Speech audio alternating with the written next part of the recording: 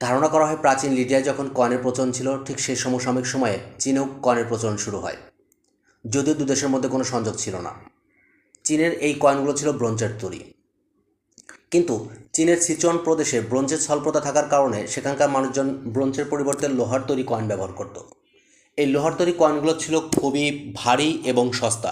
যেমন ধরেন 1 পাউন্ড ওজনের লবণ কিনতে 1.5 পাউন্ড ওজনের কয়েন দিতে হতো, যার কারণে বাণিজ্য ছিল খুবই কষ্টসাধ্য।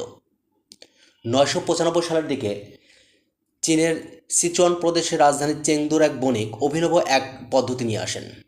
তিনি লোকজনের কাছ থেকে এই কয়েনগুলো সংগ্রহ করেন এবং এই কয়েনগুলো তার নিজের কাছে রেখে দিয়ে তিনি খুব সুন্দর এবং ভালো মানের কাগজের উপরে একটা রসিদ লিখে দেন।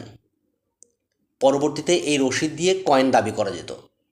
এই পদ্ধতি চালু হওয়ার পর লোকজন বাজারঘাটে কয়েনের পরিবর্তে ওই বণিকের দেওয়া রসিদ ব্যবহার শুরু করলো, আর এভাবেই চীন দেশে প্রথম টাকার প্রচলন শুরু হলো।